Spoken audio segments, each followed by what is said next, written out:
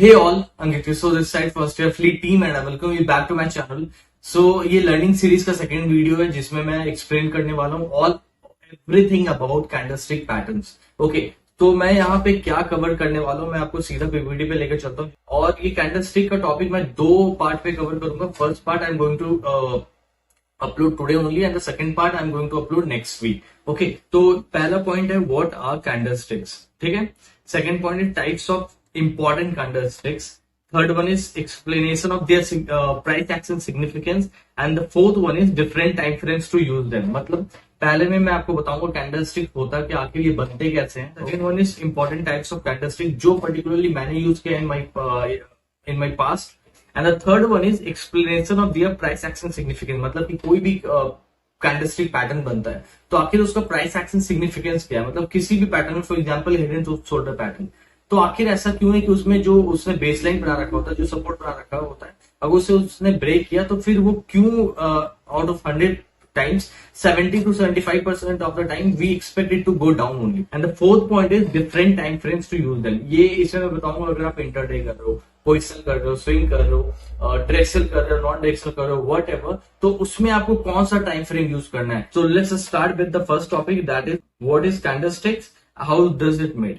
तो कैंडलस्टिक आखिर होता क्या है? इट इज नथिंग, जस्ट जब भी प्राइस एक्शन बन रहा होता है, मतलब कि आपको पता है कोई भी स्क्रिप्ट हो, be it XYZ script, okay, तो आखिर अगर स्टार्ट होता है and when market open, so there is some fluctuation in the price because of the demand and supply. जो भी बाई और सेल होता है उसके कारण फ्लक्चुएशन होता है. For example stock is trading at 100 rupees. Okay, तो कैंडलस्टिक होता क्या है?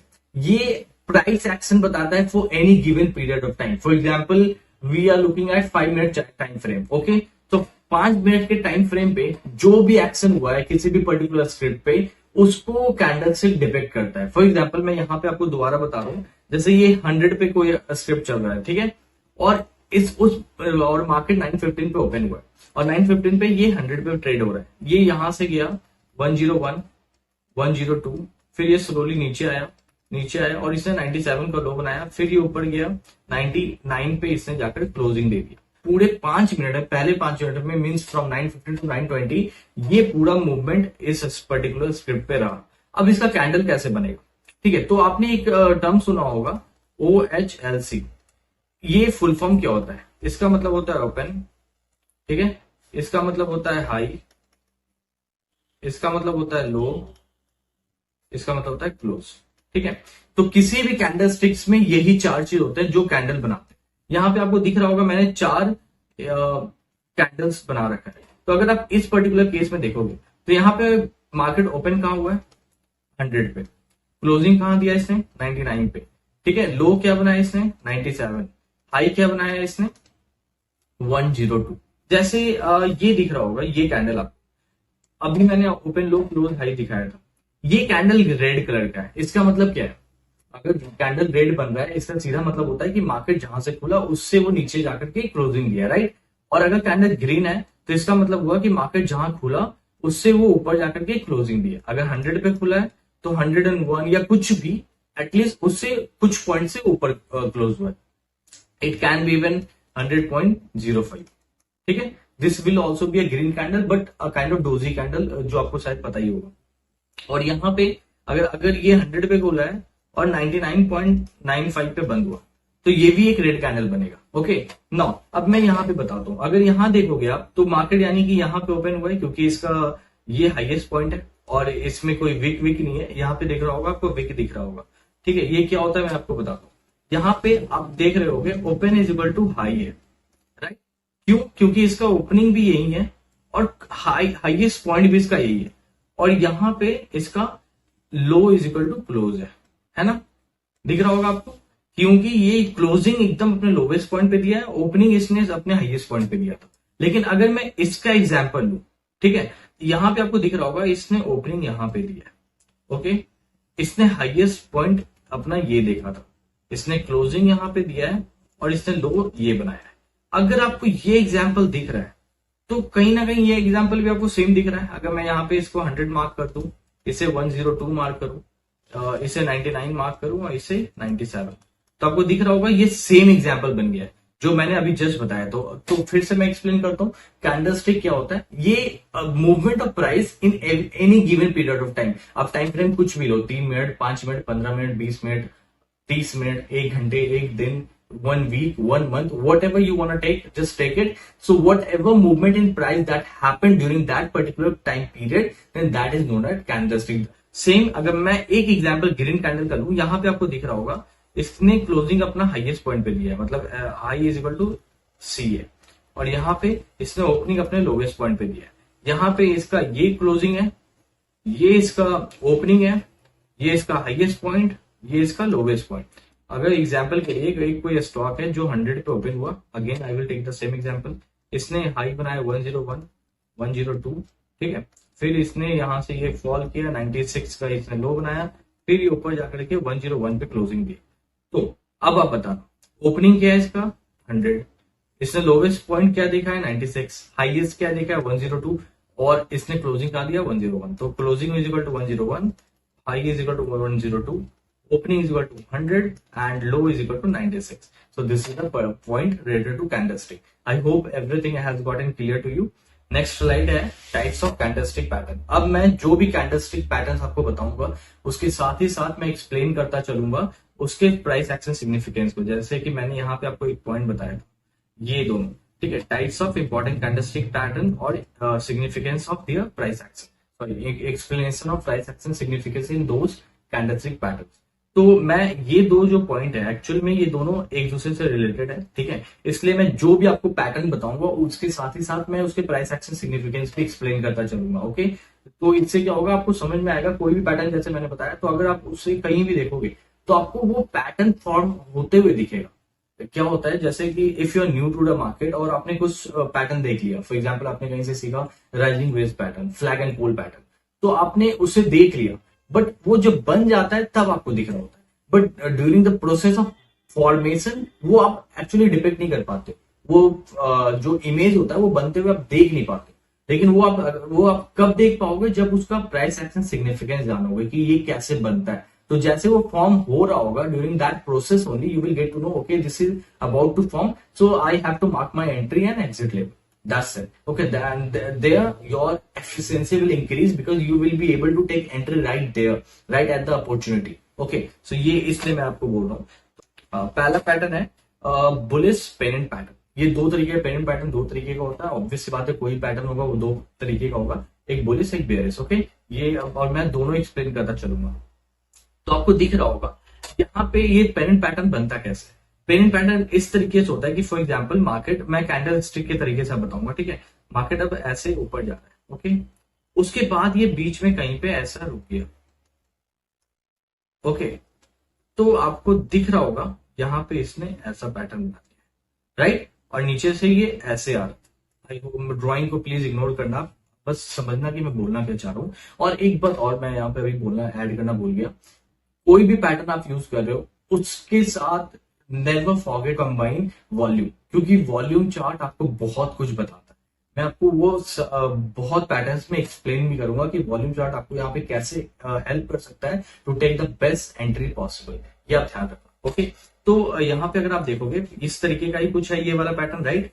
तो अगर आप देखोगे फॉर एग्जाम्पल ऐसा ऐसा बन रहा है ना, इसके बाद एंट्री कैसे हो, ठीक है। तो ये इसका प्राइस एक्शन सिग्निफिकेंस क्या है। आप अगर पहले ये देखो कि जब भी कोई फॉर्मेशन हो रहा हो, कोई भी पैटर्न का फॉर्मेशन हो रहा होता है, तो उससे पहले उसका ट्रेंड क्या था। तो यहाँ पे इसका ट्रेंड क्या है, अपसाइड, राइट। यहाँ पे इसने ये हाई बना करके फिर ये नीचे गया, फिर ये ऊपर, फिर नीचे, फिर ऊपर, और यहाँ से ब्रेकआउट का दिख रहा है। ये मैंने पहले ही बना रखा है ताकि आपको बता सकूं कि बुलिश पेनेंट है इसलिए। ओके, तो पहले उससे पहले आपको मैंने क्या बोला, पहले ये देखो कि उससे पहले इसका ट्रेंड क्या था। उससे पहले इसका ट्रेंड अपसाइड था, राइट। उसके बाद इसने यहाँ पे रेस्ट किया। लेकिन अगर आपको दिख रहा होगा पैटर्न, कोई प्राइस एक्शन दो तरीके, सबसे सिंपलेस्ट वे में मैं बता रहा हूँ, दो तरीके का होता है। मतलब कि अगर मार्केट इस तरीके से जा रहा है या फिर इस तरीके से जा रहा है, हाउ कैन यू से कि this is bullish and this is bearish. Okay, मैं आपको बताता हूँ, ये और ये तीनों टॉप 3 पॉइंट्स देख रहे हो आप, तो ये हायर हाइज बना रहे हैं, और यहाँ पे 1 2 3 ये हायर लोज बनाते हैं। जब भी हायर हाइज कंटिन्यूअसली बनता है तो वो अप ट्रेंड है, राइट। हायर लोज भी जब कंटिन्यूअसली बन रहा है तो वो अप ट्रेंड हो गया। यानी कि ये बुलिश साइन है। ओके, ये बुलिश साइन हो गया। और यहाँ पे अगर आपको दिख रहा है लोअर हाइज लोअर लोज, तो ये क्या होता है, higher low, sorry lower high lower high lower high, यहाँ पे lower low lower low lower low, ये जब बनता है तो ये एक बियरिश साइन है। ओके, तो ये मैंने क्यों बताया, क्योंकि अब मैं जो भी पैटर्न आपको एक्सप्लेन करूंगा, जो भी प्राइस एक्शन एक्सप्लेन करूंगा, मैं इन्हीं बेसिस पे करूंगा, तो इसको आप ध्यान रखना ना। अगर आप यहाँ पे देख रहे होगे तो यहाँ इसने एक हाई है यहाँ पे, बट अगला हाई जो है वो लोअर हाई है, मतलब कि ये नेगेटिव है फर्स्ट थिंग। यहाँ एक और हाई वो भी नीचे है, उस मतलब कि प्रीवियस हाई से नीचे है। तो अगर सिर्फ आप इसे देखोगे इंडिविजुअली तो आपको इसका ये केस 1 दिखेगा, right, lower high and lower high. But अगर आप एट द सेम टाइम यहां देखोगे तो इसका लो ये है पहला, दूसरा इससे ऊपर है, तीसरा इससे ऊपर है, मतलब ये इस केस को फॉलो कर रहा है। तो अगर आप देखोगे यहाँ पे ये इनडिफरेंट हो गया है, ये ना ही अभी बुलिश साइन दिखा रहा ना बियरिश साइन दिखा रहा, ये एक पैटर्न में फंस चुका है जिसको पेन एंड पैटर्न कहते हैं। तो यहाँ पे आप वॉल्यूम देखना, जब मार्केट बहुत एग्रेसिवली ऊपर जा रहा होगा तो इसका जो वॉल्यूम चार्ट होगा, यहाँ पे मैं वॉल्यूम बना देता हूँ, वो ऐसा कुछ ऊपर ऊपर दिख रहा होगा। और जो वॉल्यूम का एवरेज लाइन होगा अगर यहाँ पे, तो इस पर्टिकुलर टाइम फ्रेम पे, इस पर्टिकुलर कंसोलिडेशन जोन पे इसका वॉल्यूम भी बहुत बहुत ड्रास्टिकली फॉल होगा, या यहाँ तक ऐसा ऐसा रहेगा। बीच में एक दो आ सकता है कैंडल जो स्पाइक किया हुआ है, लेकिन ऐसे ही रहेगा। ये जब यहां से ब्रेकआउट करता है तो आखिर क्या है जो इसका सिग्निफिकेंस बढ़ा देता है, और आखिर क्या है कि यहां से ये बुलिश हो जाता है। अब मैं वो आपको बताता हूँ, ठीक है। आई नो मैं एक एक पैटर्न को थोड़ा ज्यादा एक्सप्लेन कर रहा हूँ ताकि आपको क्लियर हो जाए।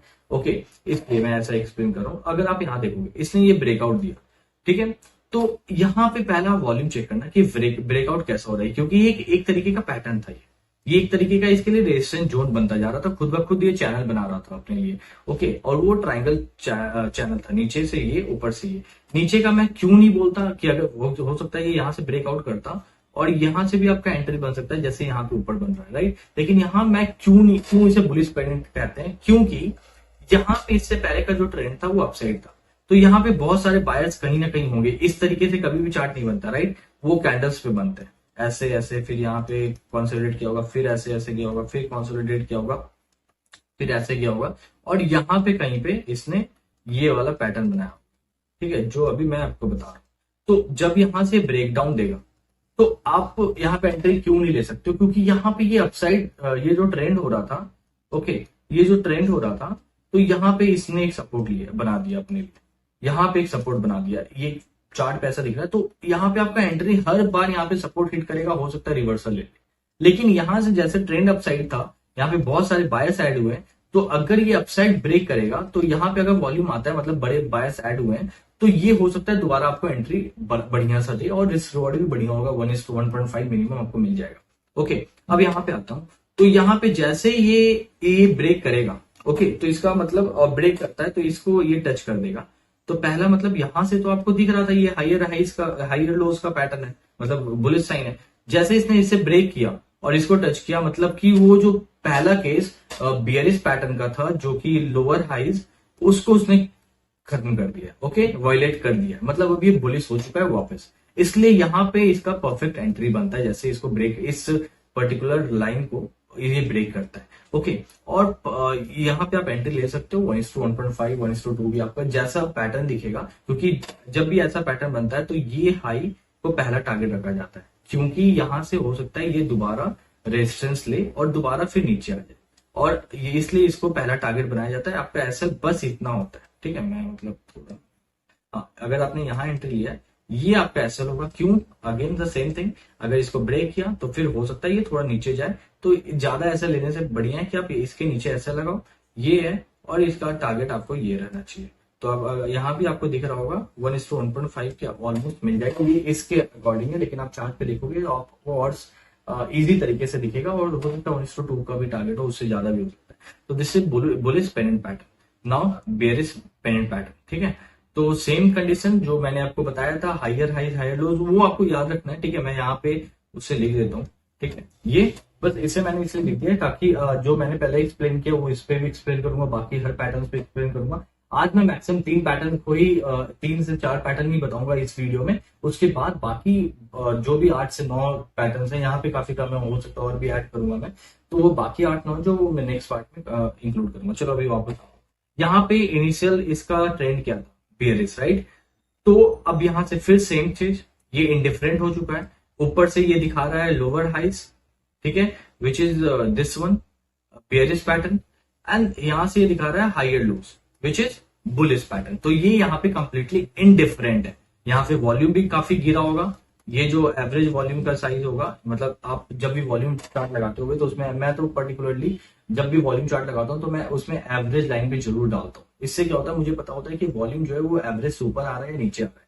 तो यहाँ पे जब ये कंसोलिडेट कर रहा है, आप देखना कि वॉल्यूम में क्या इफेक्ट आ रहा है।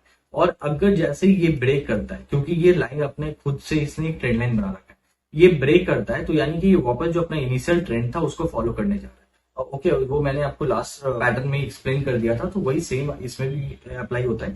तो उस समय अगर वॉल्यूम थोड़ा भी ज्यादा है तो you are just good to go to take entry here. Okay, this is all about this thing. तो मैं इसे ज्यादा एक्सप्लेन नहीं कर रहा हूँ इससे, क्योंकि फिर वही मैं सेम चीज आपको बस वॉइस वर्सा करके एक्सप्लेन करने वाला हूँ। बेटर इट इज कि आप उसे समझ गए हो तो आप इसे इजिली समझ गए हो। ठीक है, मैं आपको नेक्स्ट पैटर्न पे लेकर चलता हूँ सीधा, फ्लैग एंड पोल पैटर्न। ठीक है, यहाँ पे बाकी आपको तो दिख रहा होगा कि फ्लैग एंड पोल इस तरीके का दिख रहा है, सही, राइट। फ्लैग हो गया, ये इसका पोल हो गया, ठीक है। ये इस तरीके से, कभी कभी फ्लैग एंड पोल इस तरीके से बनता है, ये ऊपर गया और यहाँ पे ये एक ही जोन पे, ठीक है, मतलब थोड़ा ऊपर नीचे होकर के, लेकिन ये ऐसे बन गया और यहाँ से ये तो फ्लैग स्ट्रेट बन गया। यहाँ पे अगर आप इमेज देख रहे हो तो ये थोड़ा नीचे की तरफ इंक्लाइंड है, बट दोनों साइड तरीके से बन सकता है। इस तरीके से इंक्लाइंड भी हो सकता है, मैं बुलिश की बात कर रहा हूँ, bear is vice versa. Okay, यहाँ पे जैसे अब मैं इसे एक्सप्लेन करता हूँ, पहला ट्रेंड क्या है, बुलिश, राइट। इसका पहला ट्रेंड बुलिश है। उसके बाद क्या है, ये लोअर हाइज बना रहा है, लोअर लोज बना रहा है, ठीक है, कंटिन्यूअसली।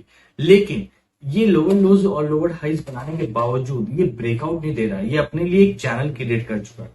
ओके, ये चैनल आपको दिख रहा होगा, ये ऊपर से ये, नीचे से ये, तो ये चैनल का जो अपर जोन होगा वो इसके लिए रेजिस्टेंस होगा। ओके, और नीचे का जोन जो होगा वो इसके लिए सपोर्ट होगा।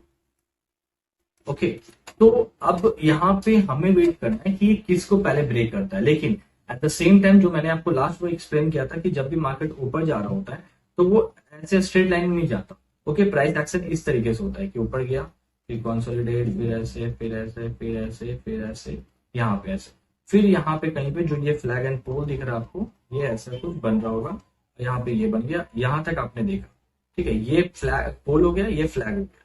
तो अगर मैं अगर पहले से ट्रेंड बुलिश है तो अगर मैं यहाँ पे एंट्री लेता हूँ तो मुझे तुरंत ही यहाँ पे एक आपको दिख रहा होगा सपोर्ट, ये हिट मिलेगा।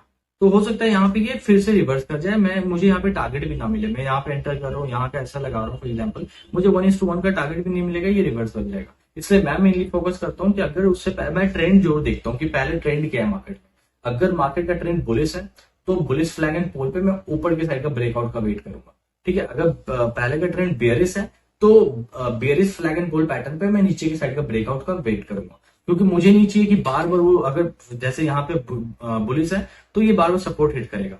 अगर ये अभी बेयरिश होता, मतलब इसी का वाइस वर्सा बेयरिश होता, तो ये ऊपर की साइड ऐसे बार बार रेजिस्टेंस हिट करेगा, फिर रिवर्स कर जाएगा, तो मुझे कभी भी अच्छा टारगेट नहीं मिलेगा। लेकिन यहाँ पे मुझे टारगेट अच्छा मिल सकता है। तो ये आपको बार बार जानना है, ठीक है, कि प्राइस एक्शन इस तरीके से ही काम करता है। और यहाँ पे अगर आप देख रहे होगे तो ये कंप्लीटली शो कर रहा है बियरिश पैटर्न, क्योंकि लोअर हाइज भी बन रहे हैं, लोअर लोज भी बन रहा है। बट मैं यहाँ पे वेट करूंगा अपसाइड ब्रेकआउट का, क्योंकि उससे पहले का इसका ट्रेंड अपसाइड है, फर्स्ट थिंग। सेकंड, ये अपने लिए खुद के लिए एक चैनल बना रखा है जहां पे ये सपोर्ट और ये रेजिस्टेंस का काम करता है। और अगर ये ब्रेकआउट देगा, यहाँ पे पैटर्न आपको दिख रहा होगा काफी छोटा टारगेट, मैं आपको एक सेकंड टारगेट दिखाता हूँ। जैसे यहाँ पे दिख रहा होगा, जब भी ब्रेकआउट होता है तो मैं टारगेट ये देखता हूँ, ठीक है, इसका हाई, क्योंकि यहां से हो सकता है ये दोबारा, जैसे मैंने आपको पहले में बताया था, ये दोबारा यहाँ से रेजिस्टेंस ले सकता है। और यहाँ से असल क्या होता है, अगर यहाँ पे ब्रेकआउट हुआ और वॉल्यूम, मैं बार बार बोल रहा हूँ, वॉल्यूम जरूर ऐड करना, कोई पैटर्न आप देख रहे हो उसके साथ वॉल्यूम जरूर ऐड करना। तो यहाँ पे अगर ब्रेकआउट दिया, आप देखना एवरेज वॉल्यूम से ज्यादा ब्रेकआउट मिला है कि नहीं, अगर मिला है you are good to go. ये आपका एसएल होगा, ठीक है, सॉरी, ये आपका एसएल होगा, यहाँ तक आपका एसएल बन रहा है, और ये 1:1.5 इस पर कुछ टारगेट बनेगा। यहाँ पे पैटर्न मत देखना, क्योंकि पैटर्न मैंने खुद ही कुछ कुछ बनाया है, कुछ कुछ कॉपी किया है मैंने, ठीक है, गूगल से। ये शायद कॉपी वाला है, तो कॉपी भी है। तो पैटर्न पे आपको यहाँ पे इतना समझ नहीं आएगा सही से, लेकिन जब आप इसी यही सेम चीज को किसी स्क्रिप्ट के चार्ट पे देखोगे तो आपको दिखेगा कि 1:1.5, 1:2 ऐसा ही टारगेट मिलेगा। मतलब रिस्क यहाँ पे अगर आपने ₹1 का डाला है तो यहाँ पे 1:1.5 या 2 या उससे भी ज्यादा का कभी आपको टारगेट मिलेगा। तो यहीं तक का आपको टारगेट रखना है, जो पोल का हाईएस्ट पॉइंट होता है वहां तक का टारगेट रखना है। उसके बाद यहाँ पे आप बुक कर लो या फिर आप वेट करो कि यहाँ पे कैसे रिएक्ट कर रहा है प्राइस का, क्या यहाँ पे कंसोलिडेट करके फिर से ब्रेकआउट देने के प्लान पे। अगर हाँ तो कंसोलिडेशन का यहाँ पे नीचे का ऐसे लगा लो, आप वेट कर लो कुछ दिन। अगर नहीं आपको लग रहा है कि यहाँ से जा रहा है तो ये अचानक ब्रेकआउट दिया तो हो सकता है वो रिवर्स कर ले कहीं से भी, तो वहां पे फिर ट्रेलिंग एसेट के साथ आपको लेना है, टारगेट बुक करना है, ठीक है।